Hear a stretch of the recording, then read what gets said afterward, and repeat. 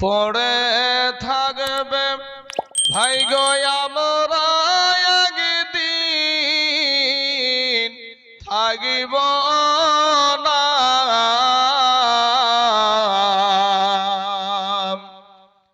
এ দুনিয়া পড়ে থাকবে ভাই গো আমরা একদিন থাকিব না।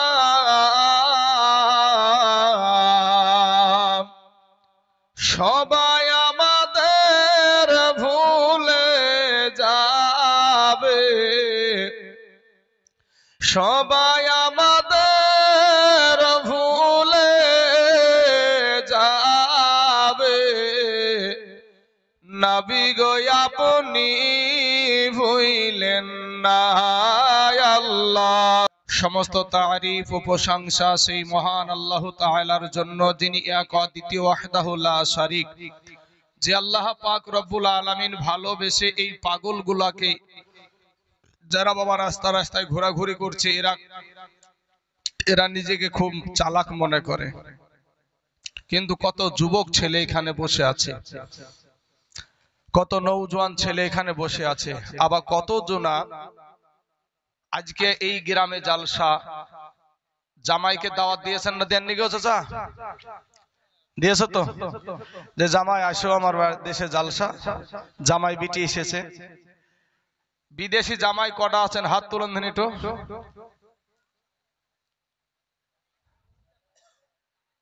দাওয়াত বোধহয় আপনারা দেননি, কি ফোন নাকি গো? আলহামদুলিল্লাহ, মাশাআল্লাহ, একটা পাইছি ভাই। এই দেশের বিটি একটাই বিয়ে দিয়েছেন আপনারা, বাইরে না হলে দেননি নাকি? যাই হোক, যেটা বলতে চাইছি ভাই, সবাই কিন্তু বাড়িতে বলে এসেছে জালসা শুনতে যাচ্ছে, তাই না? দেখেন, বাবা মুসলমান, মা মুসলমান, এদিকে এদিকে নজর দিবেন ভাই। আমি আপনাদের গ্রামে কি কারণে এসেছি, যদিও সেই বিষয়টা আমি বলবো, মানে এর আগে কি বিষয়ে এসেছিলাম, তো বাবা আপনারা একটা কথার আমাকে উত্তর দেন তো ভাই। এই সভা ধর্মীয় সভা, কথা ঠিক না ঠিক গো? এখানে হক কথা বলার জন্য আমাদেরকে নিয়ে এসেছেন না মিথ্যা কথা বলার জন্য? হক কথা বলার জন্য নিয়ে এসেছেন। তো হক কথা বললে কারো প্রেস্টিজে লাগবে না তোমা? হ্যাঁ, এই গ্রামে কিভাবে এসেছেন প্রথমে বলি, কেউ আপনারা কষ্ট নেবেন না বাবা, এগুলা থেকে আমাদের কাজ হলো ফিরে আসা। দৌলতাবাদ থানার মোড়ে এই দেখেন, এই ছেলেগুলার ভিতরে এই যে এখানে একটা হাফিজুল বলে ছেলে আছে, তো ওদেরকে আমরা দৌলতাবাদ থানার মোড়ে নামাইতে গেছি। আর ভড় ভড় করে আপনার থানা থেকে পুলিশ দৌড়িয়ে এসে আমার গাড়িকে ঘেরাও করে নিল। ঘেরাও করে নেবে যে হাজিডাঙ্গা নিয়ে চলেন। হাজিডাঙ্গা, ও মনে হয়েছে যে ওর বাপের গাড়ি, বুঝতে পারছেন না? হাজিডাঙ্গা নিয়ে চলেন। আমি আতঙ্ক হয়েছি, পুলিশ এসে গোটা গাড়িকে ঘিরে নিয়েছে। এবার ভয়ে তো জান বুঝতে যা হয় পুলিশের, বুঝতে পারছেন না, প্রশাসনের ব্যাপার। হাজিডাঙ্গা কি করতে, তো ওখানে একটা ঝামেলা হয়েছে, তো এতক্ষণ মার্ডার হয়ে গেল, একটু ভাই তাড়াতাড়ি করে গাড়িটি নিয়ে চলেন। পুলিশের সাথে কতখানি মাস্তানি করা যেতে পারে, চ ভাই যাই। ওই রাত 12টার দিকে আপনাদের এই গ্রামে এসেছিলাম আমি গত বছর ইলেকশনের মধ্যে, যত সম্ভব অতটা আমার ইয়াদ নাই বাবা, তবে একদিন এসেছিলাম, ওই রাতের বেলাতে পুলিশে জোর করে লিখে চলো। তো বাবাজি, তার জন্য আমি আগেই আপনাদের কাছে বললাম যে হক কথা বলতে দিবেন কি দিবেন না। ভাই আমার শোনা, বলতে দেন আর না দেন, বিষয়টা হলো আমাদেরকে ইসলামের জন্য হক কথা বলতেই হবে ভাই। এখানে যারা আমরা বসে আছি সবাই আমার কালেমার ভাই, আপনারা কেউ আমার দুশমন না, আর আমিও আপনাদের দুশমন না ভাই। আমরা একে অপরের সবারই একটা শরীরের অংশ মনে করতে হবে আমাদেরকে। বাবাজি আমার ভাই জানেরা, কথা কম, এরপর আওয়াজ যেন না আসে। ভাই আমার সোনা মানিকেরা, আমার আব্বা জানেরা, আমার যুবক ভাইয়েরা, আপনাদের যদি পা আগিয়ে দেন, আমি আপনাদের পায়ে হাত দিয়ে বলবো যে ভাই আমার নবীর আদর্শই ফিরে এসেন। নবীর আদর্শতে কোনো ভুল নাই ভাই, আমার আদর্শতে ভুল আছে। আমি এখানে বক্তা হয়ে বসেছি ঠিকই, কিন্তু আমার আদর্শতে, আমার চলাফেরাতে অনেক ভুল পাওয়া যাবে। কিন্তু আমাদের সম্মানীয় সভাপতি সাহেবের আদর্শতে ভুল পাওয়া যাবে, একটা মুফতি সাহেবের ভুল পাওয়া যাবে, কিন্তু বাবা নবীর আদর্শতে কোনো ভুল আছে বাপ? নাই। তো আমাদেরকে কার আদর্শ মেনে চলতে হবে? নবীর আদর্শ, নবীজির আদর্শ মানতে হবে। কোরআনে বলছে লাকাদ কানা লাকুম ফি রাসূলিল্লাহি উসওয়াতুন হাসানা, উত্তম আদর্শ দেওয়া হয়েছে আপনার আমার জন্য নবীর ভেতরে। জোরে বলেন সুবহানাল্লাহ। বাবাজি, আমার যুবক ভাইয়েরা, এখানে আপনাদের দেশের ছেলের যারা এখানে বাবা আছেন, ছেলেকে তো শিক্ষিত করেছেন, কিন্তু ছেলেকে শিক্ষিত করার পরে ছেলের বিবাহ দিয়েছেন। কিন্তু এমনও কিছু ছেলে আছে স্বামী স্ত্রীতে সংসার করে, মধুর মিলন করে, মিলন করার পরে সকাল বেলাতে উঠে কি ভাবু যে গোসল করতে হয় জানে না ভাই। এরকম আছে না নাই গো? গোসলের ফরজ কয়টি আপনার সন্তান জানে না। ওযুর ফরজ কয়টি আপনার সন্তান জানে না। নামাজের ভিতরে বাইরে 13টা ফরজ আছে আপনার সন্তান জানে না। বিশাল ব্যাপার ভাবে আপনি হট্টগোল করে বিয়ের অনুষ্ঠান করলেন, আপনার বেটাকে বিবাহ করতে নিয়ে যাচ্ছেন, মাথায় একটা বাবাজি এত বড় উঁচে টুপি পরাইছেন। বিহার টুপি গেলেন নাই রে ভাই? বিহার টুপি গেলেন কিনে না? উঁচে টুপি পরাইছেন, ড্যাং ড্যাং ড্যাং ড্যাং ড্যাং ড্যাং করতে বম ফুটাইতে ফুটাইতে নিয়ে যে একবারে বিহার আসরে ভিড়িয়ে দিল। ইমাম সাহেব যতক্ষণ পর্যন্ত বাবা কালেমা না বলে দেয় ততক্ষণ পর্যন্ত আর মুখ দিয়ে কালেমা বের হয় না। তাছাড়া বাবাজি এই কালেমা বলতে গিয়ে বারবার আবার ঘুরি ঘুরি বলতে হয়, মুখ দিয়ে বের হয় না। এরকম আছে না নাই ভাই? আপনারা হক কথা বলতে ভয় পাচ্ছেন ভাই? হ্যাঁ ভাই শোনা, আপনি আমার কালেমার ভাই, আমার বাবা মুসলমান, আপনার বাবা মুসলমান, আমার মা মুসলমান, আপনার মা মুসলমান, আপনার দাদা মুসলমান, আমার দাদা মুসলমান, আপনার 14 গোষ্ঠী মুসলমান, আমার 14 গোষ্ঠী মুসলমান। কিন্তু মুসলমানের ঘরে জন্ম নেওয়ার পরে মুখ দিয়ে কালেমা বের হয় না। এরপরে মাস্তানি আমাদের ভিতরে আছে না নাই ভাই? আচ্ছা বলেন তো, আমরা যে এত বড় মাস্তানি করি, এত বম, এত পিস্তল, এত কিছু পুলিশে ঠেকাতে পারে না, ফেরাউনের চাইতে কি বড় মস্তান ফেরাউন? বাবারে, নিজেকে বলেছিল আলা রব্বুকুমুল আলা, আমি সবচাইতে বড় আল্লাহ। হাজার হাজার শিশুকে মুসা নবী আসার কথা যখন আগে অগ্রিম প্রচার হয়ে গেল, হাজার হাজার শিশুকে কি করলো? কতল করে দিল, হত্যা করে দিল। কটা আপনি হত্যা করেছেন? কটা মার্ডার করেছেন? হাজার হাজার মানুষকে সে হত্যা করে দিল।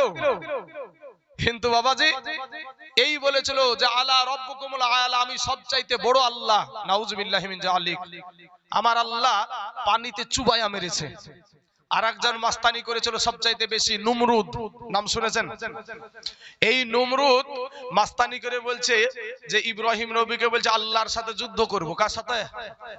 আল্লাহর সাথে যুদ্ধ করব। আমার আল্লাহর মতন 1.5 ব্যাটারির সাথে যুদ্ধ করবে? আল্লাহর নিম্নমানের একটা সৃষ্টি ভাই।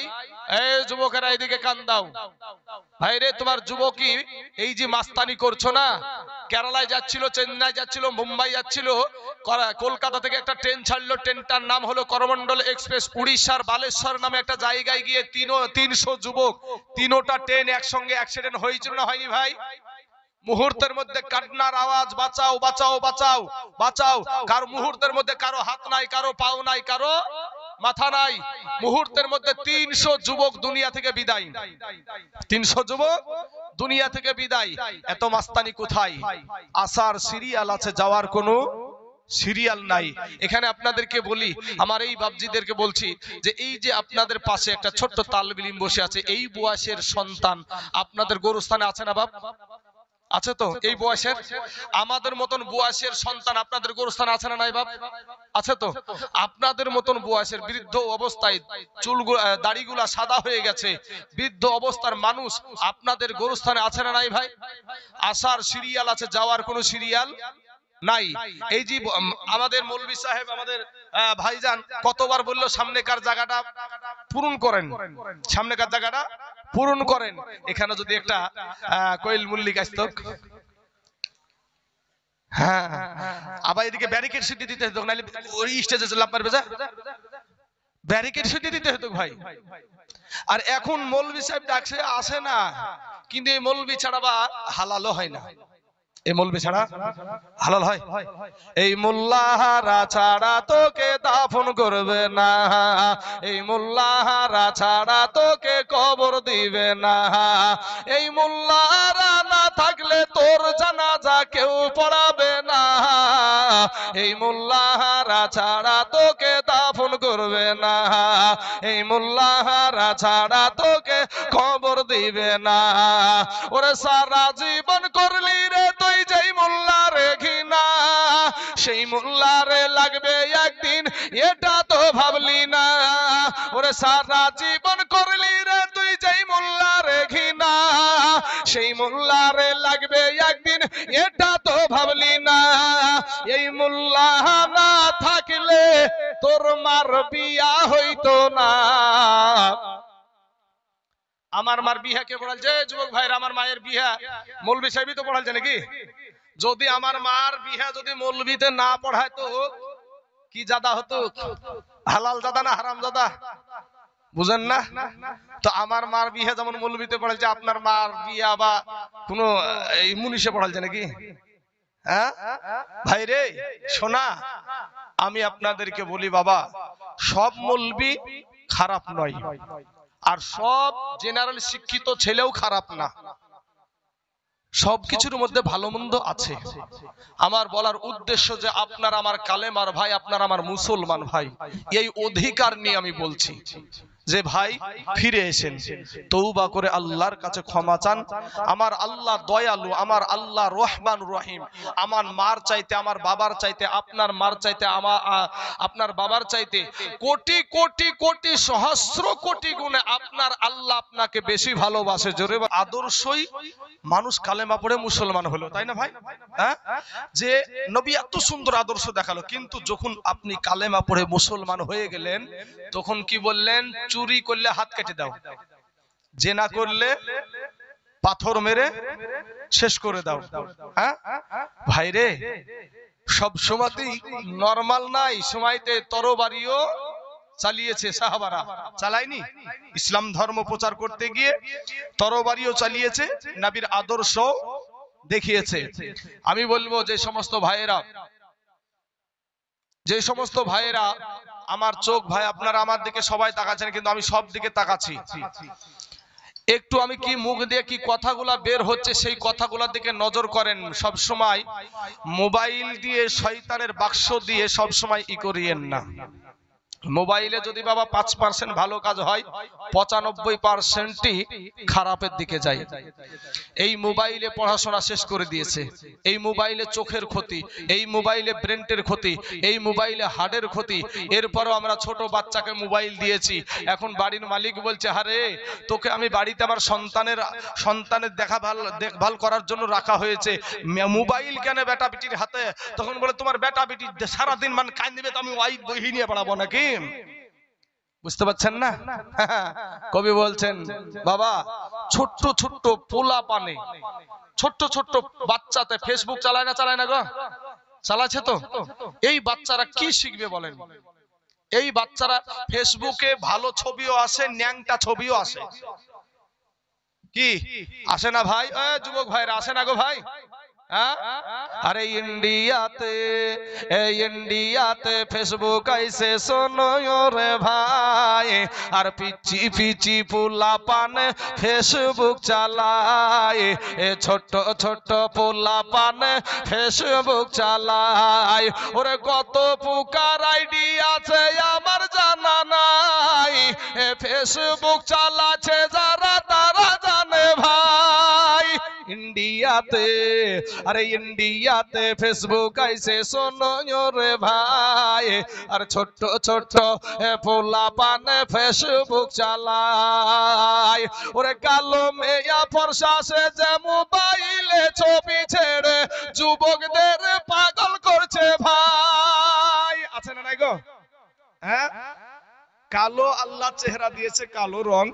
তো বাবাজি অনেক রকমের এখন মেডিসিন তো বেরিয়েছে, পাশাপাশি মোবাইলের ভিতরে এমন কিছু অ্যাপস আছে যেটার দ্বারা কালো মানুষকে ফর্সা করে ফেলছে।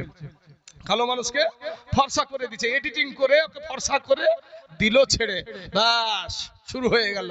হ্যাঁ ভাই আমার, যুবক ভাইরা শুনেন, আপনি কেন একটা বেহায়া বেলাজা বেশরম রাস্তায় যারা দেহ দেখিয়ে বেড়ায়, রাস্তায় যারা নিজের শরীর দেখিয়ে বেড়ায়, এই সমস্ত মহিলাকে কেন বিয়ে করবেন রে ভাই, যার জীবনে শান্তি পাবেন না। আর আপনি বা কেন বাজারে ঘাটে এখানে ওখানে আপনি কেন অসামাজিক কাজগুলা করবেন? আপনার শরীরের সবচাইতে, মায়েরা মনে করছে মৌলভী সাহেব আমাদেরকে খুব বলছে, কিন্তু মা এখানে দেখেন আপনাদের কি ইসলাম বড় করেছে, জোরে বলেন সুবহানাল্লাহ। বাবা আমাদের গোটা শরীরের ভিতরে সবচাইতে দামি জায়গা কোনটা জানেন? সবচাইতে দামি জায়গা হলো নাভি থেকে নিয়ে হাঁটুর নিচ পর্যন্ত, এটা ঢাকা কি ফরজ? সতর ঢাকা কি? আমাদের সতর হলো হাঁটুর নিচ থেকে নিয়ে নাভি পর্যন্ত, এটা ঢাকা হলো ফরজ। এটা বড় দামি জিনিস বা বড় দামি, শরীরের মধ্যে বড় দামি জায়গা হলো আমাদের নাভি থেকে নিয়ে হাঁটুর নিচ পর্যন্ত। আর মহিলাদের জন্য পায়ের তালু থেকে নিয়ে মাথার চাঁদি পর্যন্ত পুরাটাই দামি, জোরে বলেন সুবহানাল্লাহ। এই মায়েরা তো বুঝে না, এরা বুঝে না ভাই রে, পোশাক খুলতে খুলতে খুলতে খুলতে একবার শেষ পর্যায়ে চলে এসেছে, এমন টাইট পোশাক পরছে, হাই রে টাইট,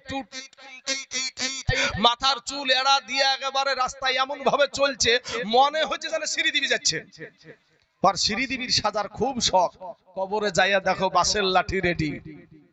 আমার আব্বা আমার ভাই জানেরা, আমি বলতে চাই এটাই, আমার বলতে চাইছি এটাই, যে আপনারা বাপ, মানুষ মানে ভুল হবে, মানুষ মানে ভুল হয়েছে বাপ, কিন্তু সবচাইতে সেই ব্যক্তির মধ্যে ভুলের ভিতরে ওই ব্যক্তি সবচাইতে উত্তম যে ভুল করলো, সঙ্গে সঙ্গে ভুল বুঝার পরে আল্লাহর কাছে তওবা করে ক্ষমা চাইলো, আল্লাহ গো আমার বড় ভুল হয়ে গেছে, আমি তওবা করছি, এই কাজ আর জীবনে করব না। আপনার চোখের পানি গালে আসতে দেরি হবে, কিন্তু আমার আল্লাহ আপনার গুনাহকে ক্ষমা করতে দেরি করবে না, জোরে বলেন সুবহানাল্লাহ। সেই আল্লাহকে আমরা বৃদ্ধাঙ্গুলি দেখাই। আমাদের সমাজে একটা কথা আছে, দেখবেন বলবে যে বিহা যার যার উৎসব সবার। কথাটা শুনেননি বাবা? বিহা না না না, ধর্ম যার যার উৎসব সবার, ধর্ম যার যার উৎসব সবার, এটা বলে থাকে অনেক মিটিং মিছিলে। আমার এখানে যারা কালেমার ভাই আছেন মুসলমান, এখানে কোনো তৃণমূল, কোনো কংগ্রেস, কোনো সিপিএম, কোনো বিজেপি এ দেখে বক্তব্য দিচ্ছি না, এটা মুসলমানদের ধর্মের আপনার ধর্মীয় সভা। কথা ঠিক না ঠিক গো? মুসলমানদের আইনি কথা বলছি, যে কথাগুলো বলছি, এটা তৃণমূলেরও প্রয়োজন, কংগ্রেসেরও প্রয়োজন, সিপিএম এরও প্রয়োজন, যারা যে পার্টিতে আছে সেই পার্টিতে থাকুক, কিন্তু ইসলামী আকীদাতে আমাদেরকে চলতে হবে। কথা ঠিক না ঠিক ভাই? হ্যাঁ, তাহলে ধর্ম যার যার উৎসব সবার। আপনি দুর্গা পূজার উৎসবে যাচ্ছেন, তারপরে আপনি সরস্বতী পূজার আপনি উৎসবে যাচ্ছেন, ওদের ভিতরে কত পূজা আছে আমার জানা নাই, তবে যেটা দুর্গা পূজাটাকে ওরা বেশি আমি সমাজে দেখতে পাই। তো বাবা এই উৎসবে মুসলমানের ছেলেরা যায় না, যায় না ভাই? আপনার ঈদগাহার ময়দানে কটা হিন্দু ভাই যায়? কিরে ভাই, আমার এই গ্রামের ভাইয়েরা একটাও যায় না? আর আপনি আমি ও যুবকেরা, এখন যদি আপনাদেরকে বলি, এখন আপনাদেরকে বলছি, এর ভিতরে বা কিছু পণ্ডিত থাকবে, বলবে এটা কিরকম দল টানাটানি কথা হয়ে গেল না? আমাদের ভিতরে কিছু পণ্ডিত বাবাজি, সেই নেতাদেরকে ভয় করিয়েন না ভাই গো। এখানে বলবে যে ধর্ম নিয়ে বাড়াবাড়ি করা ঠিক না, কিন্তু ধর্ম নিয়ে যদি বাড়াবাড়ি নাই করা হয়, তাহলে আমি তার ধর্মকে খারাপ কিন্তু বলিনি, বলেছি? আমি তাদের ধর্মকে খারাপ বলিনি, আমি আমার ধর্মের মানুষগুলাকে, আমার কালেমার ভাইগুলাকে শিক্ষাটা দেওয়ার চেষ্টা করছি। ভাই, যে এখন যদি আপনাদেরকে আমি প্রশ্ন করি, বা যেই নেতা বলে যে ধর্ম যার যার উৎসব সবার, ওই নেতাকে গিয়ে বলেন যে বিহা যার যার বউ সবার। বুঝতে পারলেন না ভাইজান? বিহা যার যার বউ সবার মানে নেবেন? মানা যাবে কি গো ভাইরা? মানা যাবে? মানবেন না? জমি যার যার ফসল সবার মানবেন? গাছ যার যার ফল সবার মানবেন? ও এখানে মানবেন না, আর ধর্মের বেলা তো যে তখন ঠিক আছে নাকি? তখন ঠিক আছে, এগুলা বান্দরামি ছাড়া আর কিছুই হতে পারে না। আমরা তাদেরকে গালি দিব না ভাই, আমরা তাদের জন্য দোয়া করব। গালি দেওয়া আমার নবীর আদর্শ? গালি দেওয়া আমার নবীর আদর্শ? ভাই নবীর আদর্শ না, নবীর আদর্শ দোয়া করা। আমরা তাদের জন্য দোয়া করব, আল্লাহ তাদেরকে হিদায়াত দান করুক। সবাই বলেন আমিন। আরো জোরে বলেন একবার আমিন। বাবাজি আমার সোনা মানিকেরা একবার দুরূদে পাক পড়েন, আল্লাহুম্মা সাইয়্যিদিনা মাওলানা মুহাম্মদ ওয়া আলা আলিহি মাওলানা। আপনি আমার জানগো নবীজি, আপনি আমার জান ও নবীজি, আপনি এই মানুষগুলার জান। জোরে বলেন দেন একবার সুবহানাল্লাহ।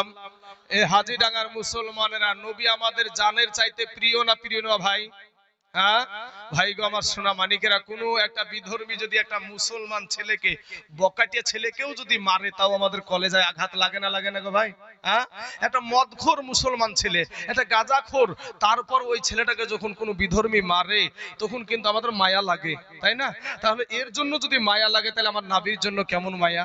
হ্যাঁ, তার জন্য আমি বলছি, আপনি আমার জানগো নবীজি, আপনি আমার জান ও নবীজি, আপনি এই মানুষগুলার জান। জোরে বলেন সুবহানাল্লাহ।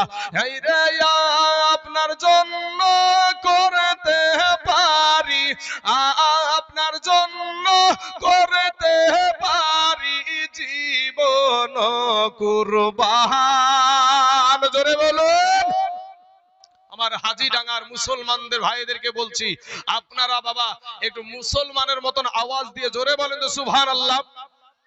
এবার আপনাদেরকে বলি, পিছনকার মানুষগুলা কিন্তু মুখে মনে হচ্ছে ফেভিকুইক আঠা লাগাইছে ভাই, বুঝতে পারছেন না?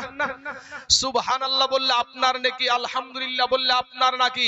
এরা হাজীডাঙ্গার মুসলমানেরা শুনেন, এই ভারতবর্ষের জমিনে কর্ণাটকের বুকে আমার একজন কালেমার বোন, আমার একজন মুসলমান বোন, যার নাম হলো মুস্কান খান। এই মুস্কান খান কলেজে পড়াশোনা করে। বোনটি আমার কলেজে যাচ্ছে, স্কুটিটা রেখে, মোটরসাইকেল স্কুটিটা রেখে যখন স্কুটিটা রাখছে, ইন টাইমে এমন সময়তে একাদশ বিধর্মী উগ্রপন্থী হিন্দুরা, সব হিন্দু খারাপ না, উগ্রপন্থী যারা, সে তারা করলো কি, ওই আমার কালেমার বোনটার দিকে, আমার মুসলমান বোনটার দিকে, আমার ওই বোনটার দিকে বাবা জয় ইসলামের স্লোগান দিয়ে তেড়ে চলে আসছে।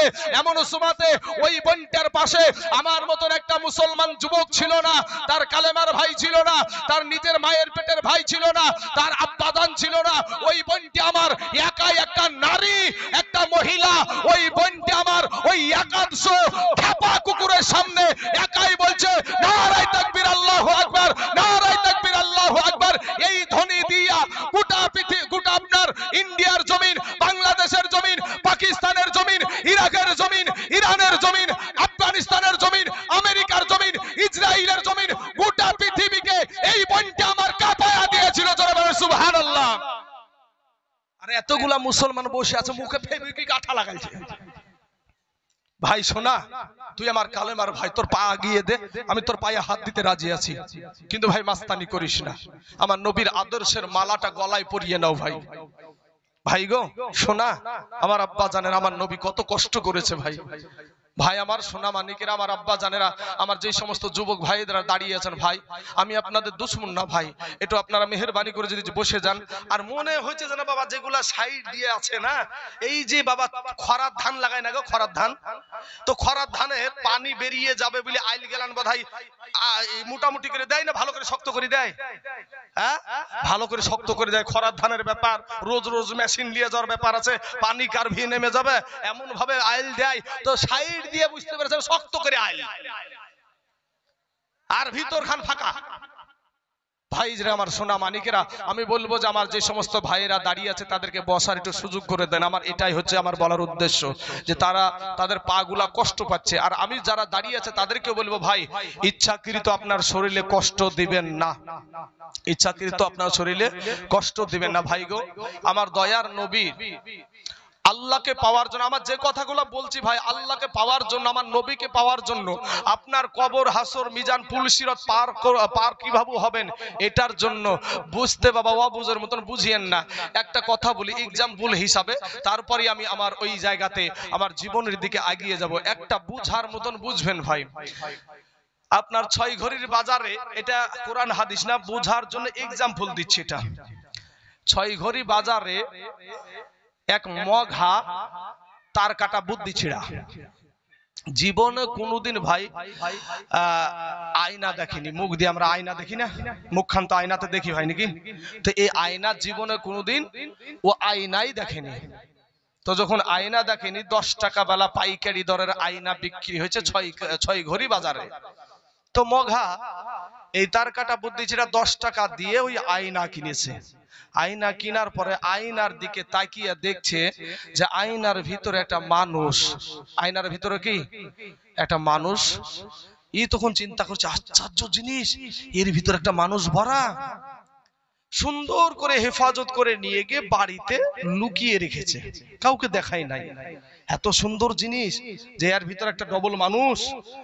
লুকিয়ে রাখার পরে একদিন 2 দিন, প্রত্যেক দিন আপনার দুপুর বেলাতে গোসল টোসল করে খাওয়া দাওয়া করে তেল টেল মেখে আপনার করে কি ওই একবার করে বের করার আর দেখে।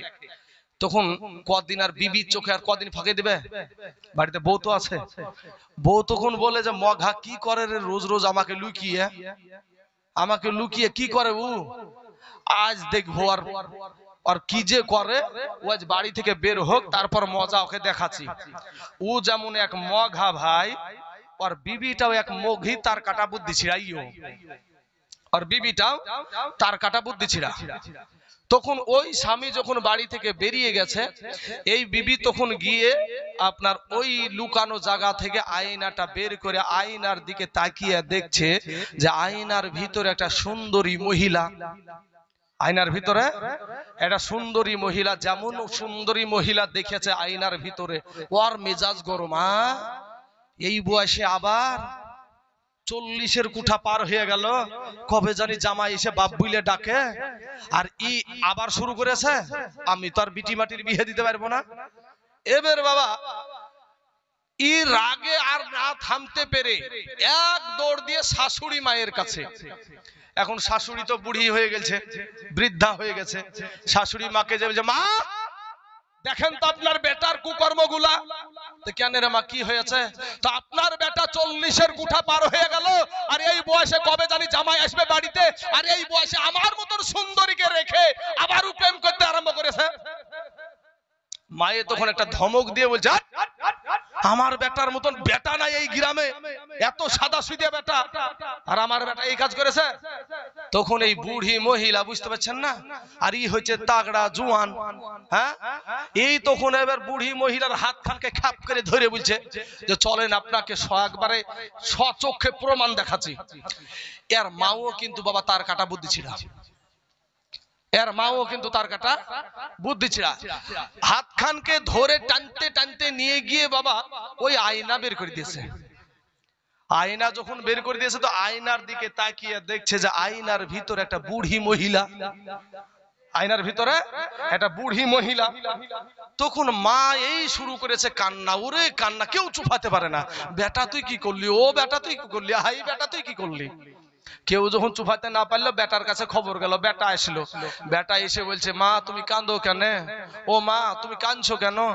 তখন মায়ে উত্তর দিচ্ছে, বেটা রে, ওরে বেটা, ইসলাম ধর্মে 4টা বিহা করা যাই যাচ্ছে রে বেটা, তুই আর পালি না, এই বুড়ি কি পালি? বলেন তো বাপ, এটা বুঝার দোষ না আইনার দোষ? বুঝার দোষ। এই বুঝা বুঝিয়েন না ভাই। আমি যে কথাগুলো বলছি আল্লাহ এবং আল্লাহর নবীকে এবং কবর আলোকিত করার এবং হাসর মিজান পুলসিরত পার হওয়ার জন্য কথাগুলো বলছি, কেউ আঘাত নিয়েন না। আমি আপনাদের সন্তানের মতন। বাবাজি আমার সোনা মানিকেরা, আমার নবীজি আপনার জন্য কত কষ্ট করেছে, নবীর সাহাবীরা কত কষ্ট করেছে। শুনেন, আজকে তো এত বড় করোনা ভাইরাস গেল, কিন্তু না খাওয়া বগরে কেউ মরিনি ভাই। আমরা না খাওয়া বগরে কেউ মরিনি, কিন্তু নবীর একটা সাহাবীর ঘটনা একটু বলি বাবা। একজন আমার নবী একদিন ওয়াজ করছেন কি, as-salatu মিফতাহুল জান্নাহ, as-salatu মিফতাহুল জান্নাহ, নামাজ হলো জান্নাতের চাবি, নামাজ হলো জান্নাতের চাবি। বাবাজি এই ওয়াজ সাহাবারা শুনলেন। তার মধ্যে একজন সাহাবী যার নাম হলো আব্দুল্লাহ আনসারী। এই আব্দুল্লাহ আনসারী টুক টুক টুক টুক করে বাড়ি চলে গেলেন। বাড়িতে গিয়ে বিবিকে ডাক দিয়ে বলছেন, বিবি রে, ওরে আমার বিবি, ও বিবি, একটা বার বলো গো বিবি, নামাজ পড়বানি? বিবি গো, নামাজ নাকি জান্নাতের চাবি? ও বিবি, নামাজ যদি না পড়ি তাহলে জান্নাতের তালা খুলবে না। বিবি তখন একটা ডাক দিয়ে বলছে, স্বামী গো, নামাজে জান্নাতের চাবি, এটা আপনাকে কে বলেছে?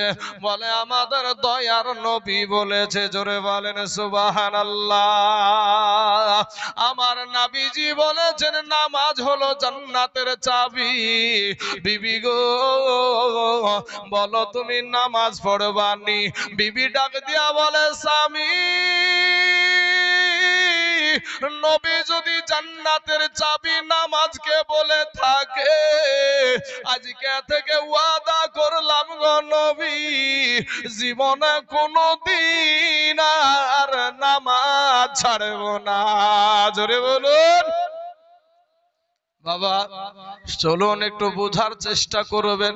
আল্লাহ প্রত্যেকটা মানুষের মেধা দিয়েছে, বিবেক দিয়েছে। আপনার বিবেকের আদালত দিয়া একটু বিচার করবেন রে বাবা।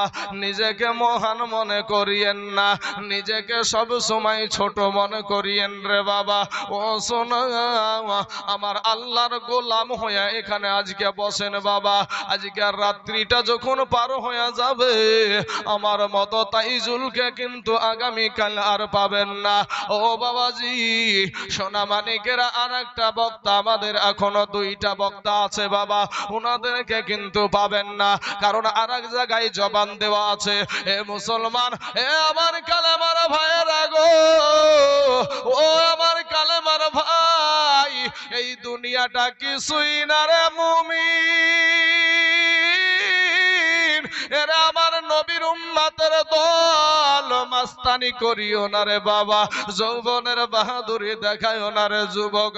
আল্লাহর নবীর সাহাবীর বিবি বলছে, স্বামী গো, নবী যখন বলেছেন নামাজ জান্নাতের চাবি, আজকে থেকে কথা দিলাম আর জীবন কোনো দিন নামাজ ছাড়ব না। জোরে বলেন সুবহানাল্লাহ। এ বাবারা, দুই স্বামী স্ত্রীতে নামাজ পড়ে গো, কিন্তু বাবা দেখা গেল সাহাবীদের ভিতরে আলোচনা চলে। কি আলোচনা চলে?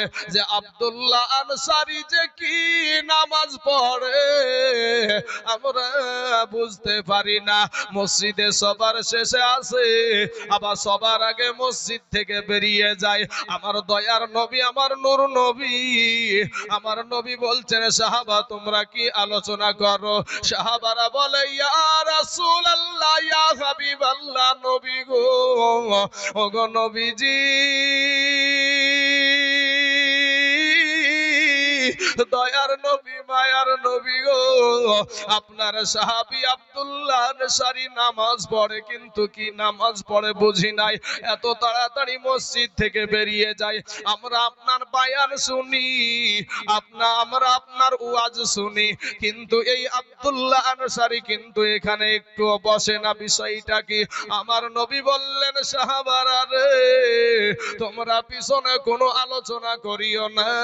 ও সাহাবা, এটা ইসলামের আদর্শ নয়।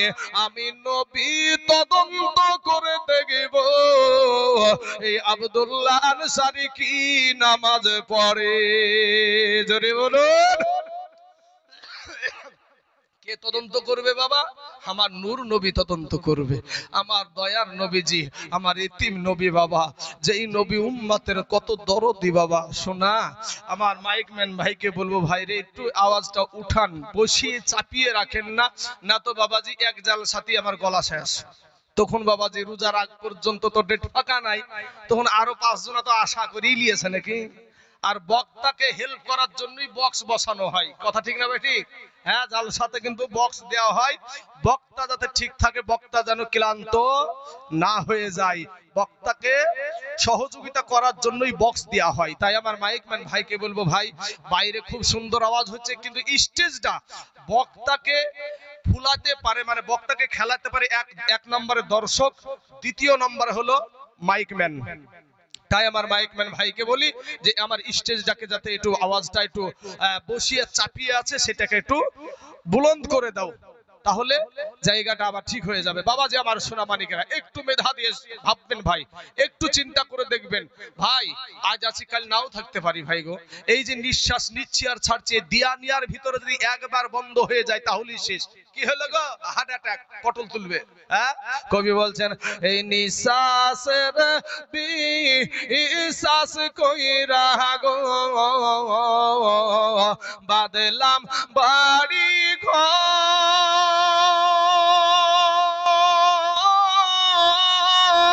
কোনদিন জানিয়া আজ রাইলাইসা গো সবই করে পরে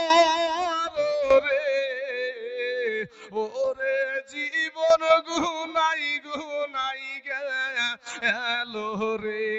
পুরা গজল বলার টাইম এখন না বাবা, শেষের দিকে হবে ইনশাআল্লাহ। তো বাবা যে আমার সোনা মানিকের, আমার ভাই জানেরা, এই আব্দুল্লাহ আনসারীর বাড়িতে টুক টুক টুক টুক টুক টুক করে আমার নূর নবী নুরানি বদন নিয়ে চলে গেলেন।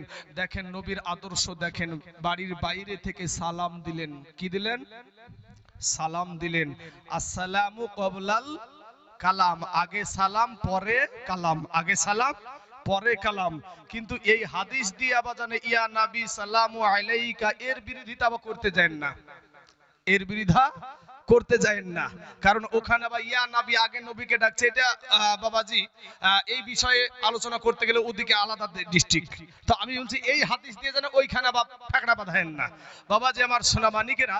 তো নবীজি প্রথমত সালাম দিলেন, সালাম দিয়ে একবার সালাম দিলেন, জবাব আসলো না, দুইবার দিলেন, জবাব আসলো না, তিনবার দিলেন, জবাব আসলো না। আমার নবী বাড়ির গেট থেকে ফিরে চলে আসছেন। দেখেন আমার নবীর আদর্শ দেখেন।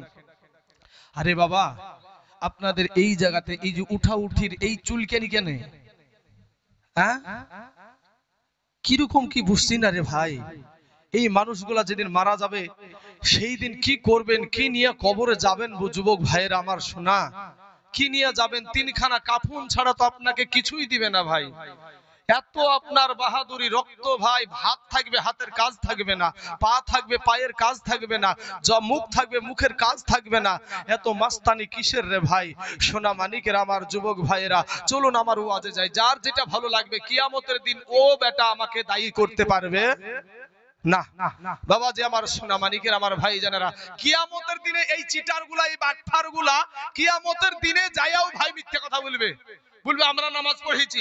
আল্লাহ বলবে নামাজ পড়ে দেখা, আর আল্লাহ হুকুম করে দিবে এই যে আমাদের পিঠ দিয়ে যে শীত ডালাটা আছে ওটাকে ডাইরেক্ট করে দিবে। এখন সেজদা দিতে গেলে ভাইরে, যদি আমাদের এই হাড় যদি ডাইরেক্ট হয়ে যায়, সেজদা হবে গো বাপ, সেজদা। তারপরেও জোর করে সেজদা দিতে যাবে, বুঝতে পারলেন? আর হুড়মুড়িয়ে পড়িয়ে মুখ টুক লাক ফাটবে তখন। বুঝতে পারলেন না? ওখানে যেও চিটারি করার চেষ্টা করবে। আল্লাহ এদেরকে হেদায়েত দান করুক, সবাই বলেন আমিন। আবার একাদ বেটা আছে আমি নামাজ না পড়তে পারি, ঈমান ঠিক আছে। আর এত ইমান ঠিক যে ভাই আল্লাহর হুকুম নামাজ, আল্লাহর হুকুম নামাজ। আমার নবী মেরাজে গিয়ে 7 আসমান পাড়ি দিয়ে লৌহ কলম আরশ কুরসি লা মাকানে গিয়ে আল্লাহর সাথে দিদার করে 5 ওয়াক্ত নামাজ নিয়ে আসলেন। আল্লাহর হুকুম, সেই 5 ওয়াক্ত নামাজ পড়ে না বলছে আমার ঈমান ঠিক আছে। নামাজ পড়েও জাহান্নামে যাবে বাবা। বলছি না যে শুধু নামাজ হলেই যে জান্নাতে চলে যাবে। আমি নামাজও পড়বো, চুরিও করব, নামাজও পড়বো, মাঠে গিয়ে রাতের বেলাতে ফসল কেটে লিসে রাতারাতি চুরিয়ে আসে না এরকম? হ্যাঁ, রাতের বেলাতে চুর করে রাতের বেলাতে খাইয়ে দেয়। হ্যাঁ, এইগুলা এই নামাজে কোনোদিন জান্নাতে যাবে না। নামাজও পড়ছে, দেখা যাচ্ছে জীবনে কোনোদিন বাপকে বাপ বলে ডাকে না। আমাদের গ্রামে এরকম একজন ব্যক্তি আছে, 40 বছর বাপকে বাপই বলে ডেকেছিল না। বাপটা মারা গেছে, তারপরেও বাপকে বা বলে ডাকেনি, মাকে মা বলে ডাকেনি। তারপরেও কিন্তু 5 ওয়াক্ত নামাজ পড়ে, রমজান মাসে সেহরিতে ডাকে। এই ডাকার, এই নামাজ পড়ার কোনো দাম আছে? হ্যাঁ, এই নামাজ পড়ার কোনো দাম নাই। বাবাজি, নামাজ পড়তে হলে আমার নবীর আদর্শ মেনে নামাজ পড়তে হবে। বাপ মার খিজমত নবীর আদর্শ তো আছে না নাই গো? হ্যাঁ, আপনি পেশাবে যাবেন নবীর আদর্শ পাবেন, আপনি পায়খানায় যাবেন নবীর আদর্শ পাবেন, আপনি কি পোশাক পরবেন নবীর আদর্শ আছে। এ বাবাজি, আপনি যে কেমন করে আপনার বিবির সাথে ব্যবহার করবেন তাতে নবীজির আদর্শ আছে। আপনি আপনার সন্তানের সাথে কেমন ব্যবহার করবেন তাতে নবীজির আদর্শ আছে। এমন কি বাবা, চুল কাটা তো নবীর আদর্শ আছে। জোরে বলেন সুবহানাল্লাহ। সুন্নাতি চুল কাটা আছে রে যুবক ভাইরা, সুন্নাতি চুল কাটা আছে। কিন্তু আমাদের ঘরের সন্তান ভাই সেলুনে যাই নাপিতের কাছে, বলছে আমাকে বান্দর কাট দেন, না হলে হুলমান কাট দেন। আছে না ভাই? মাথার ভিতরে এখন টিকটিকিও বানাই। আল্লাহর দেওয়া রং পছন্দ হয় না, দেখবেন কুত্তার লেজের মতন রং করে মাথাতে। হ্যাঁ, যে মোটর সাইকেল নিয়ে ঢং করে ঘুরছে আর মারছে চুলের বাড়ি, আর চুলটাকে বারবারই তুলছে, নিজেকে খুব হ্যান্ডসাম মনে করে। কবরে যাইয়া দেখ তুই, কবরে যাইয়া দেখ তোর মাস্তারি ছুটাবে। বাবা যে আমার সোনা মানিকেরা, আমার ভাই জানেরা, দিলখানা নরম করে দিবেন বাবা গো। আমার নবী 3 বার সালাম দিলেন বাবা, সালামের কিন্তু কোনো জবাব আসলো না, সালামের কোনো উত্তর আসলো না। আমার নবী বাড়ি থেকে চলে আসছে, আর আমাদের সমাজে বাবারে সালাম দিয়া তো দূরের কথা, বাড়িতে বাবা কোনো ইশারা না করে ডাইরেক্ট বাড়িতে যাওয়া আছে না না? এটা কিন্তু ইসলাম ধর্মের আদর্শ না, এটা আমার নবীর আদর্শ না। আমার নবীর আদর্শ হইল যে যদি আপনি কারো বাড়িতে যান, আপনি দরজা থেকে আগে সালাম দিতে হবে। জোরে বলেন সুবহানাল্লাহ। বাবাজি আমার সোনা মানিকেরা, নবী আমার চলে আসছেন ফিরে। ইন দি মিন টাইমে ওই আব্দুল্লাহ আনসারীর বিবি বাবা টুক টুক টুক টুক করে ছুটে গিয়া তার স্বামীকে ডাক দিয়ে বলছে, স্বামী গো, আমার এতিম নবী আমাদের দরজায় এসেছিল গো স্বামী। আমার দয়ার নবী 3 বার সালাম দিয়েছে নবী। স্বামী গো, ও স্বামী, সালামের জবাব না পাওয়ার কারণে নবী আমার তারপরে ব্যাগ চলে যাচ্ছে। ও গো স্বামী, আপনি তাড়াতাড়ি করে যান, আমার নবীর কাছে তাড়াতাড়ি করে যান। আজকে যদি আমার নবীর অন্তরে যদি একটু ব্যথা লেগে যায়, আমার নবীর অন্তরে যদি একটু আঘাত লেগে যায়, স্বামী গো, আমরা 2 স্বামী স্ত্রীতে যে নামাজ পড়ি, ও স্বামী, কোন নামাজ আমাদের কাজে লাগবে না। জোরে বলেন সুবহানাল্লাহ। স্বামী একটা ডাক দিয়ে বলে, বিবি গো, আমি সব শুনতে পেয়েছি, আমি সব শুনেছি, তবে ওগো আমার বিবি, তবে আমি সব শোনার পরে এই অবস্থায় আমি কিন্তু সালামের উত্তর দিতে পারি নাই। এবার বাবা ওই আব্দুল্লাহ আনসারী বাবা একটা ছুট দিয়ে দিল রে বাবা, একটা দৌড় দিয়ে দিল। এবার দৌড়তে দৌড়তে গিয়ে দেখছেন নবী আমার অনেকটা পথ চলে গেছে, নবী আবার নবীর দিকে ছুটছে। এই আব্দুল্লাহ আনসারী আমার নবী একটাবার পিছন দিকে তাকায়া দেখে আব্দুল্লাহ আনসারী দৌড়ে আসছে। আব্দুল্লাহ আনসারীর কাছে এসে বলে ওয়া আলাইকুমুস সালাম ইয়া রাসূলুল্লাহ, ওয়া আলাইকুমুস সালাম ইয়া রাসূলুল্লাহ। নবী বলছেন আব্দুল্লাহ আনসারী রে, তিনবার সালাম দিলাম রে আব্দুল্লাহ আনসারী, সালামের জবাব পেলাম না। এমন কোন অবস্থার ভিতরে ছিল গো আব্দুল্লাহ আনসারী? আব্দুল্লাহ আনসারী দুই চোখের পানি ছেড়ে দিয়া কান্দে আর বলে ইয়া রাসূলুল্লাহ ইয়া হাবিবাল্লাহ, নবী গো, ওগো নবীজি, আপনি একদিন ওয়াজ করেছেন, বায়ান করেছেন গো নবী, আসসালাতু মিফতাহুল জান্নাহ, নামাজ নাকি জান্নাতের চাবি গো নবী, জান্নাতের চাবি গো নবী। ওগো নবীজি, সেই দিন থেকে আমরা নামাজ পড়ি দুই স্বামী স্ত্রীতে, কোনদিন আমরা এক ওয়াক্ত নামাজ কাজা করি না। জোরে বলেন সুবহানাল্লাহ। এবার আব্দুল্লাহ আনসারী একটা ডাক দিয়ে বলে নবী গো, তবে আমি এমন একটা গরিব মানুষ গো নবী, ওগো নবীজি, আমি এমন একটা গরিব মানুষ, আমার বাড়িতে মাত্র একটা পরনের কাপড় গো নবী, আর একটা কাপড়ে দুই স্বামী স্ত্রীতে নামাজ পড়ি, কোনদিন নামাজ কাজা করি নাই গো নবী। ইয়া রাসূলুল্লাহ, মসজিদে যখন আজান হয় গো নবী, আমার বিবিকে আমার ঘরের ভিতরে একটা গর্ত খনন করেছি গো নবী, ওই গর্তের ভিতরে উলঙ্গ অবস্থায় রেখে দিই নবী গো, আর ওই কাপড়টা পরিধান করে আমি মসজিদে যাই, আর মসজিদে যাওয়ার পরে আমি তাড়াতাড়ি করে নামাজ আদায় করি। নামাজ আদায় করার পরে আমি ছুটতে ছুটতে এসে আমি ওই গর্ততে বসে যাই, আর আমার বিবিকে ওই কাপড়টা দিয়ে দিই। ওই কাপড়টা পরিধান করে আমার বিবি নামাজ আদায় করে। জোরে বলেন সুবহানাল্লাহ।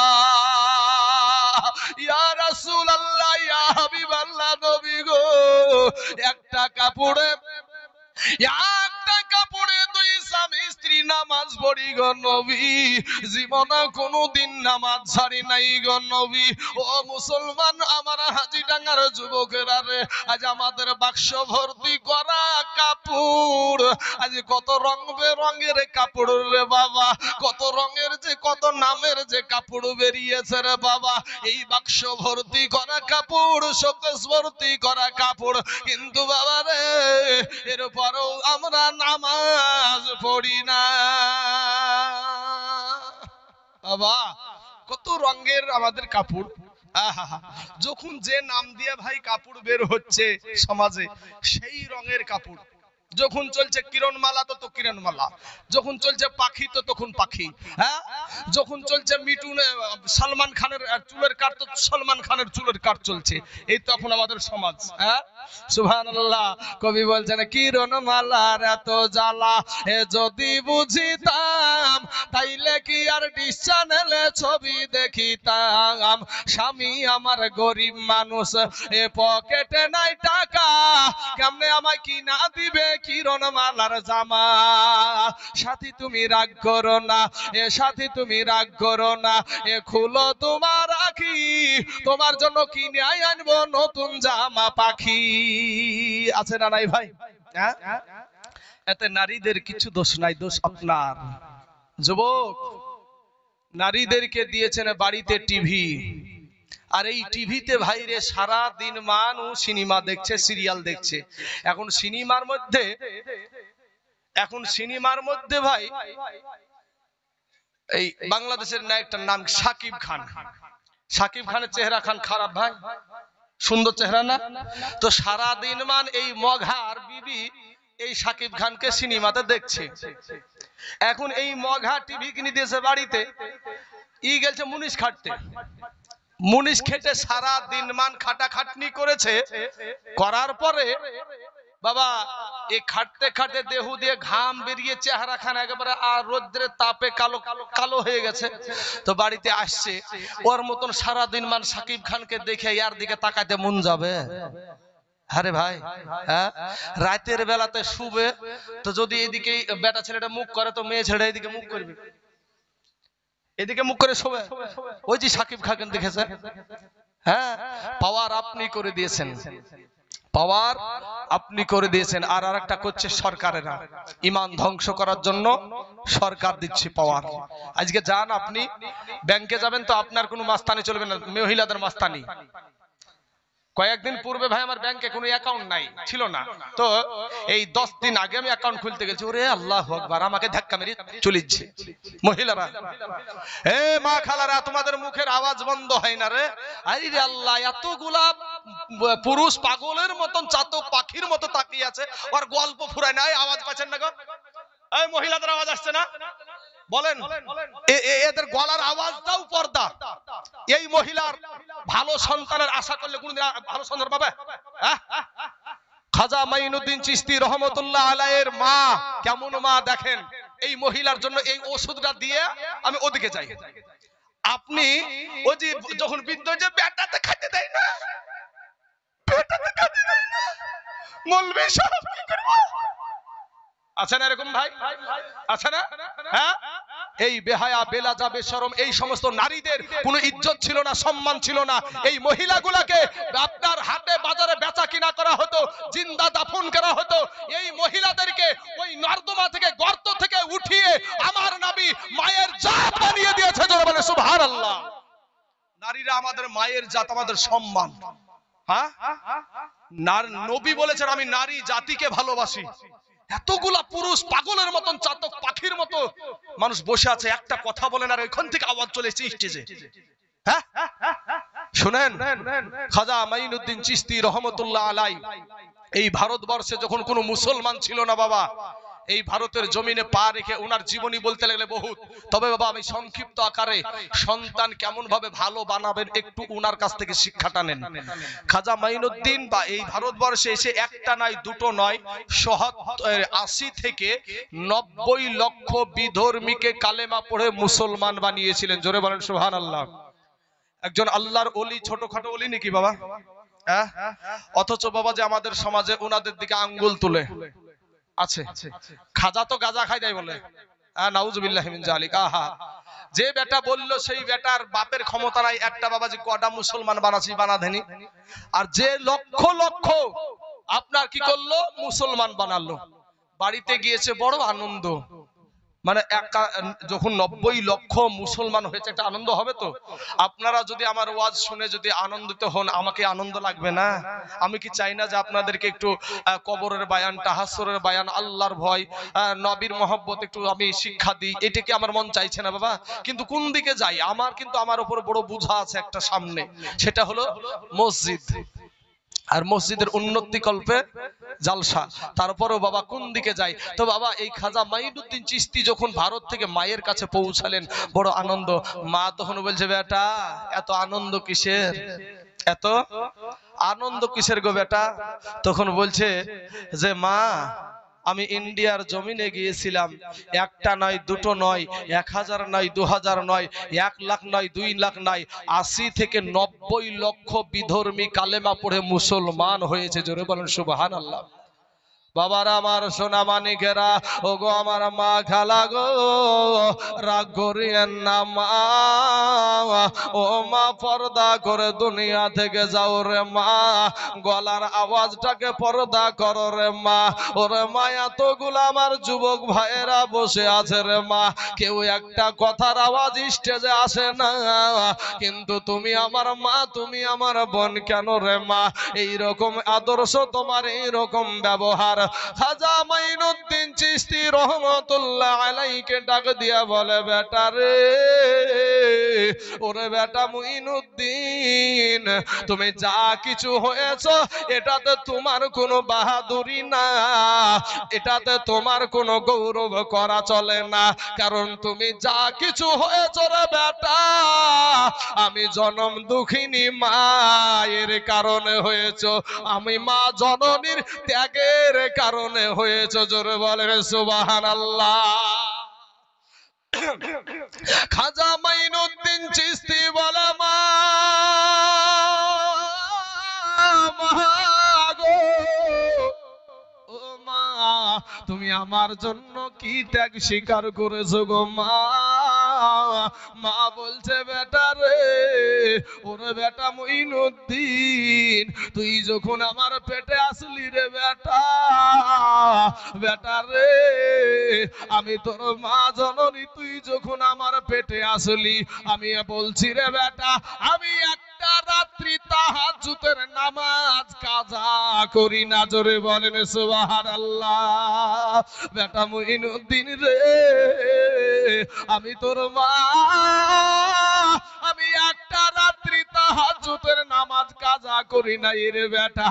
বেটা রে, আজ আমাদের মা সারা রাত্রি মোবাইল, যুবকেরা মোবাইল, এই মোবাইল গুতাইতে গুতাইতে বাবা সারা রাত করতে করতে করতে করতে সকালবেলা দেখবেন বিছানা মুতে শুয়ে।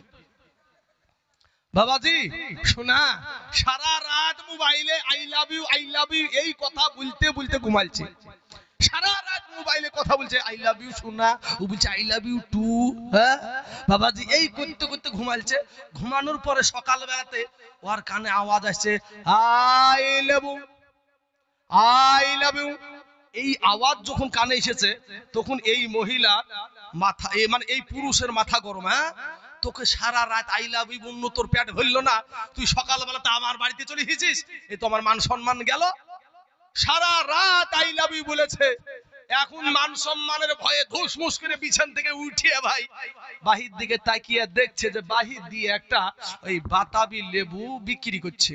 তো এখন বাতাবি লেবু আলা ডাক দিয়েছে, আই লেবু, মানে সারা রাত আই লাভ ইউ বলতে বলতে আর ঘুমের চোখে এখন আই লাভ ইউ চলে। বুঝেন না? হ্যাঁ বাবাজি আমার ভাইরা শোনা, খাজা মাইনুদ্দিন চিশতি রহমতুল্লাহ আলাইহির মা কেমন মা দেখেন। উনি বলছে, বেটা তুমি কোনো তোমার এতে কোনো আনন্দিত হওয়ার বা তোমার কোনো বাহবা দেখানোর কোনো দরকার নাই, কারণ তুমি যা কিছু হয়েছো আমি মা জননীর কারণে হয়েছে। জোরে বলেন সুবহানাল্লাহ। বলছে, বেটা রে, ওরে বেটা, তুই যখন আমার পেটে আসলি রে বেটা, আমি একটা রাত্রি তাহাজ্জুদের নামাজ কাজা করি না। শুধু তাই না রে বেটা, তুই যখন দুনিয়াতে আসলি রে বেটা, আমি তোর মা, আমি তোর জনম দুঃখিনী মা, আমি জীবনে কোনোদিন তোকে আমি বিনা অজুতে অজু না করে আমি তোকে দুগ্ধ পান করাইনি।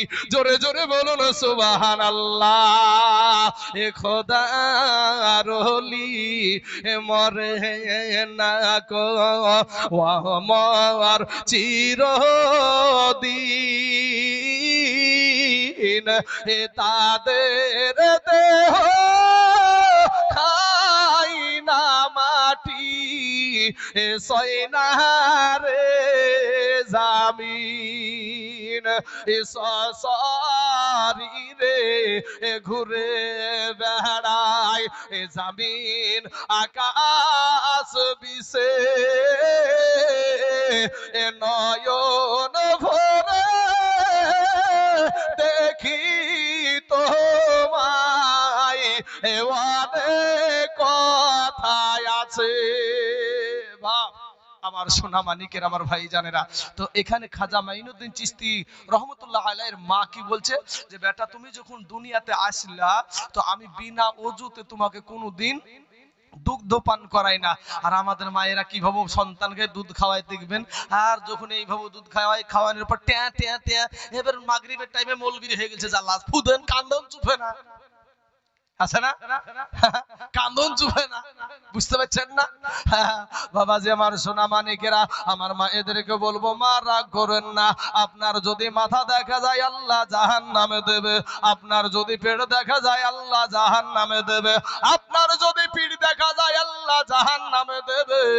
মা গো, আপনি কোন অঙ্গটা নিয়ে জান্নাতে যাবে না? বাবারা আমার, পর্দার আড়ালের মা খালা গো, এবার বাবা আব্দুল্লাহ আনসারী রাদিয়াল্লাহু তাআলা আনহু বলছেন, নবী গো, আমরা একটা কাপড়ে দুই স্বামী স্ত্রী নামাজ পড়ি গো নবী, জীবনে কোনোদিন নামাজ কাজা করি নাই। নবী বলছেন, আব্দুল্লাহ আনসারী রে, চলো যাই একটা বার তোমার বাড়িতে যে গর্তটা করেছো ওই গর্তটা শরীয়ত সম্মত আছে কিনা দেখি। বাড়িতে চলে গেলেন, নবী আমার নজর করে দেখে বাবা ওই গর্তটা এত গভীর ছিল, ভিতরে মানুষ আছে কিনা তাও বোঝা যায় না। জোরে বলেন সুবহানাল্লাহ। আমার নবী বললেন, ওরে আমার আব্দুল্লাহ আনসারী, আমি নবী বলে গেলাম রে, তোমার জান্নাতের চাবি আদায় হয়ে গেছে। জোরে বলেন সুবহানাল্লাহ। একটা সুন্নাত শিখলেন বাবা এখান থেকে। কারো বাড়িতে যদি মেহমান আসে, ওই মেহমানটাকে যখন বিদায় হবে তখন কিছুটা পথ আগিয়ে দেওয়াটা হলো সুন্নাত। জোরে বলেন সুবহানাল্লাহ। বাবাজি আমার নবী এবার যখন চলে যাচ্ছেন, কিছুটা পথ আপনার আগাইতে যাচ্ছে। কে যাচ্ছে? আব্দুল্লাহ আনসারী। এই আব্দুল্লাহ আনসারী সঙ্গে যাচ্ছে বাবা। নবী আমার একটা জায়গায় নজর করে দেখে গো, যে দুইটা ছোট্ট বাচ্চাকে খেজুর গাছের সাথে বাবা বাঁধা অবস্থায় দেখতে পেলেন। আমার নূর নবী, আমার রহমতের নবী বলে, বাবা তোমাদের এই হালাত কেন রে বাবা, তোমাদের এই অবস্থা কেন রে বাবা? ছোট্ট বাচ্চা দুটা বাবা রে। ওই বাচ্চা দুটা নবীকে বলছেন, ইয়া রাসূলুল্লাহ, ইয়া হাবিবাল্লাহ, নবী গো, ও গো নবীজি, আজ 3 দিন হয় আমার বাবা আমার পেটে খাবার দিতে পারে নাই। আজ 3 দিন হয় আমার মা চুলাতে কোন রকমের হাড়ি চাপাইতে পারে না। ইয়া রাসূলুল্লাহ, ইয়া হাবিবাল্লাহ, নবী গো, আজ ক্ষুধার যন্ত্রণা সহ্য করতে না পেরে নবী গো, এই খেজুর গাছের খেজুর আমরা কুড়িয়ে খেয়েছিলাম, এর কারণে এই খেজুর গাছের মালিক আমাদেরকে ধরে বেঁধে রেখেছে গো নবীজি। নবীজি বলছেন, বাবা তোমাদের আব্বুর নাম কি? তোমাদের আব্বুর বাড়ি কোথায়? এবার বাচ্চা দুটা বলে, নবী গো, আমাদের আব্বার কেউ না, আপনার পাশে যেই সাহাবী দাঁড়ায় আছে যার নাম হলো আব্দুল্লাহ আনসারী, এই ব্যক্তিটাই হলো আমাদের জন্মদাতা পিতা। জোরে বলেন সুবহানাল্লাহ। আব্বা গো, সন্তানের পেটে 3 দিন খাবার দিতে পারে নাই, একটা কাপড়ে 2 স্বামী স্ত্রী নামাজ পড়ে, এরপরেও নামাজ ছাড়ে না, আর আমাদের খাবারের অভাব নাই রে বাবা, যত খাবার খাইতে মন চাই খাও, কিন্তু নামাজে যাব না। বাবাজি 3 দিন পর্যন্ত বাচ্চার পেটে সন্তানের মুখে পানি দিতে পারে নাই, খাবার দিতে পারে নাই রে বাবা। পরের গাছের খেজুর কুড়িয়ে খাওয়ার কারণে ইহুদি কিন্তু বাবা বেঁধে রেখেছে, বাবা ইহুদি বেঁধে রেখেছে। নবী আমার একটা দৌড় দিয়া বাবা মসজিদে নববীতে গিয়া হাজির হয়ে গেল। মসজিদে নববীতে গিয়া 2 চোখ দিয়া আমার নূর নবীর চোখ মুবারক দিয়ে বাবা পানি বেরিয়ে যায়, অজর নয়নে পানি বেরিয়ে যায়। উমারে ফারুক উমলুঙ্গা তরবারি বের করে বলে, ইয়া রাসূলুল্লাহ, ইয়া হাবিবাল্লাহ, নবী গো, কার দেওয়া ব্যথায় আপনার চোখের পানি ঝরে গো নবী? একটাবার বলেন গো নবী। আমি উমার এখনো আমি দুনিয়ার জমিনে আছি, একই তরবারিতে তার মাথা থেকে তার মাথাটা ঘাড় থেকে আলাদা করে দিব। আমার নবী বলছেন উমর গো, আজকে তরবারি দিয়ে তুমি আমার চোখের পানি মুছাইতে পারবা না। কোথায় আমার উসমান গনি? বলে লাব্বাইক ইয়া রাসূলুল্লাহ। বলে উসমান গনি গো, যাও আব্দুল্লাহ আনসারী দুইটা সন্তান গো, খেজুর গাছের ক্ষুধার যন্ত্রণা সহ্য না করতে পেরে খেজুর গাছের খেজুর কুড়িয়ে খেয়েছিল। এই অপরাধে দুইটা ছোট্ট ছোট্ট বাচ্চাকে তারা খেজুর গাছে বেঁধে রেখেছে। যতক্ষণ পর্যন্ত ওই বাচ্চা দুটাকে আমার কাছে না হাজির করবা, ততক্ষণ পর্যন্ত আমি চোখের পানি বন্ধ হবে না। জোরে বলেন সুবহানাল্লাহ। বাবাজি আমার সোনা মানিকেরা, একটা দৌড় দিয়া উসমান গনি রাদিয়াল্লাহু তাআলা আনহু বাবা হাজির হয়ে গেল। ইহুদিকে ডাক দিয়া বলে, ইহুদি ভাই, ওরে ইহুদি ভাই, একটা বার বলে খেজুর গাছের দাম কত নিবা? ইহুদি বলে না, আমি খেজুর গাছ বিক্রি করতে রাজি না। বলে ইহুদি রে, একটা বার বল আমার নবীর চোখের পানি ঝরে রে, আমার এতিম নবীর চোখের পানি ঝরে, আমরা সব সহ্য করতে পারি রে ইহুদি, কিন্তু নবীর চোখের পানি সহ্য করতে পারি না। জোরে বলেন সুবহানাল্লাহ। বাবাজি আমার সোনা মানিকেরা, ইহুদি বলছে, ইহুদিকে বলছে, ইহুদি রে বল আজকে তুই যা চাইবি তাই পাইবি, যাহা চাইবি তাহা পাইবি। ওরে ইহুদি বল কত টাকা দাম নিবি? ইহুদি বলছে সুযোগ পাওয়া গেছে। ইহুদি তখন ডাকে দিয়ে বলে, ওগো উসমান গনি শুনে না, আমি একটা খেজুর গাছের দলিল আমি তোমাকে দিব, আর তোমার 100 খেজুর গাছের বাগানের দলিল আমাকে দিতে হবে। এবার উসমান গনি বলছেন, ইহুদি রে মাত্র 100 খেজুরের দলিল চাইলি রে, আর আমার নূর নবীর চোখ দিয়ে পানি ঝরে রে। আজকে যদি নবীর চোখের পানির কারণে আমি উসমান গনির জীবনটা যদি চাইতি, আমি তোকে দিয়ে দিতাম। জোরে বলেন সুবহানাল্লাহ। নবীকে কতটা ভালোবাসে, নবীকে কতটা মুহাব্বত করে, কবর আলোকিত করার জন্য মুসলমান আমার আব্বা জানের, আমার যুবক ভাইয়েরা রে, আমার নবীকে পাওয়ার জন্য, আল্লাহকে পাওয়ার জন্য তারা জীবন দেওয়ার জন্য তৈয়ার হয়ে থাকতো। আমি আপনাদেরকে বলি বাবা, এর পরের অংশটা আমি একটু বলবো বাবা, তবে শোনা, আমি গোটা আপনার পশ্চিম বাংলার জমিনে এখন আল্লাহ আমাকে নিছে বাবা।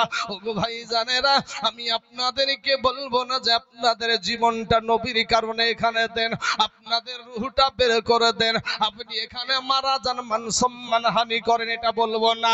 আমি বলতে চাই বাবা, আপনাদের দেশের বাবা জুম্মা মসজিদ, সুন্নি মসজিদ বাবা, এই মসজিদের আপনার দেখলাম যে কাজ চলছে রে বাবা। আমি আপনাদেরকে বলি রে বাবা, সারা দুনিয়া চাইছে বাবা মসজিদ ভেঙে দাও, মাদ্রাসা ভেঙে দাও, কোরআন পুড়িয়ে দাও, সারা দুনিয়া চাইছে। আজকে 22শে জানুয়ারি বাবা আমাদের বাবরি মসজিদ নিয়েছে না নেয়নি বাবা? মুসলমানদের কলেজায় আঘাত, মুসলমানদের কলেজায় বড় ব্যথা রে বাবা। আবার গোপন সূত্রে খবর পাওয়া যায় আরো 2টা মসজিদ তারা মন্দির বানাবে। একটা হলো লালবাগের কাটরা মসজিদ গো, এই মসজিদে সবাই জানে এটা কাটরা মসজিদ, কিন্তু বাবা কত উঁচু জাতি নিচু জাতি, কত ডোম চাড়াল জুতা পেরে উঠে। আপনারা যারা কাটরা মসজিদ দেখেছেন বাবা, ওই মসজিদে অনেকগুলা কিন্তু ছোট ছোট ছোট ছোট ঘর আছে, আছে না নাই? আছে রে বাবা। ওই ঘরের ভিতরে যুবক যুবতীরা প্রবেশ করে, করার পরে ওখানে চুমা খায়, জুতা পরে মসজিদে উঠে গো। এটাকে একটা মসজিদ আপনার আপনার কি করে আপনার মন্দির বানাতে চায়। আর একটা হলো বাবা মালদার জমিনে গাজল থানার আন্ডারে আদিনা নামে একটা মসজিদ আছে বাবা। এই আদিনা মসজিদে এখন দেওয়ালে বাবা কালেমা লেখা আছে, কোরআনের আয়াতগুলা লেখা আছে। এখনো ইমাম সাহেবের মিম্বারটা আছে গো চাচা ও মুসলমান, কিন্তু মসজিদ সবাই জানে, কিন্তু ব্যবহার করে পৃথিবীর সব ধর্মের মানুষ। তাই বলি বাবা, দুনিয়া চাইছে মসজিদ ভেঙে দাও, মাদ্রাসা ভেঙে দাও, তারা কিন্তু ভাঙছে। কিন্তু ভাইরে একটা সান্ত্বনার কথা আপনাদেরকে বলি আমার যুবক ভাইয়েরা, কুত্তাই বাচ্চা পড়ে কটা? 4টা 5টা 6টা 7টা নাকি এতগুলা বাচ্চা পড়ে। যুবকেরা বুঝো একটু। আর গরুতে কটা পারে? গরু বেশি না কুকুর বেশি? হ্যাঁ, কুত্তার মাংস কটা মানুষে খায় আর গরুর মাংস কটা খায়? বুঝেন না বাপ? বুঝতে পারছেন না? কথাটা বোঝাতে পারছি না? কুত্তার মাংস কেউ খায় কি? খাই না। অথচ একবার বাচ্চা পড়ে তো 4টে 5টা। হ্যাঁ, আর গরুতে 1 বছরে একটা, 1 বছরে একটা।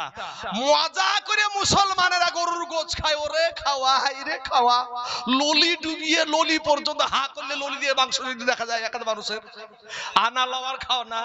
হ্যাঁ ভাই রে, কিন্তু এত মাংস খায়, এরপর আপনারা উত্তর দিচ্ছেন যে গরুই বেশি।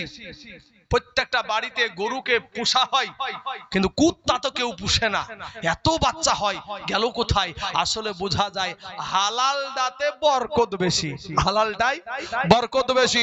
এ আমার কালেমার ভাইয়েরা, হাজি ঢাকার মুসলমানেরা, আমি তাইজুল ইসলাম এখানে আমি কোন সময় আমার গলার কণ্ঠস্বরকে আমি সব সময় বলিষ্ঠ কণ্ঠে বলে গেছি, সবগুলা হক কথা বলে গেছি। তাই এখানে অনেক সিআইডি থাকতে পারে, অনেক প্রশাসনের লোক থাকতে পারে, কাউকে ভয় করে একটা কথা বলিনি। ও মুসলমান, সারা দুনিয়া চাইছে মসজিদ ভেঙে দাও, মাদ্রাসা ভেঙে দাও, কোরআন পুড়িয়ে দাও। মুসলমান এরপরেও মসজিদ ভেঙে শেষ করতে এই ভারতবর্ষের জমিন থেকে তারা শেষ করতে পারবে না। বাবাজি, আমার কালেমার ভাইয়েরা, যুবকেরা ফিরে এসো ভাই। যুবক তোমরা এই মসজিদের দিকে আগিয়ে আসো ভাই। শোনা ভাই রে, তুমি আমার কালেমার ভাই। তাই আপনাদেরকে বলি, আজ